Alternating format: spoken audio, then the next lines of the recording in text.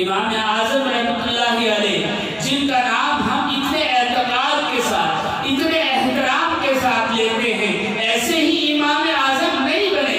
ایک مرتبہ آپ بازار سے جا رہے تھے، ایک آدمی نہا کر اپنے گھر سے نکلا تو دیکھا امام اعظم نے کہ اس نے جو ٹوال ہے وہ اس طرح باندھا ہوا ہے کہ اس کا کچھ سطر دکھائی دے رہا ہے، پورا ننگا نہیں تھا، کچھ سطر دکھائی دیا، اور وہ بھی مرد۔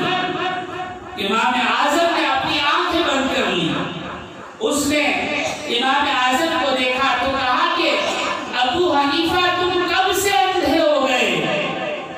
امام اعظم ابو حنیفہ رحمۃ اللہ علیہ نے فرمایا جب سے تو بے شرم ہوا ہے تب سے میں اندھا ہو گیا۔ آج ہم سب بے شرم، ہماری پھر بھی آنکھیں کھلی ہوئی ہیں، ہم اندھے نہیں ہو رہے ہیں۔ ہماری بچیاں، ہمارے بچے، ہمارے بیٹے، ہماری بیٹیاں، ہماری بہنیں، ہمارا معاشرہ تباہ ہوتا جا رہا ہے، اور پھر بھی ہماری آنکھیں کھلی ہوئی ہیں۔ ہم اسے کہتے ہیں آزاد۔ قیامت میں اللہ رب العزت بڑی سخت پکڑ کرنے والے ہیں۔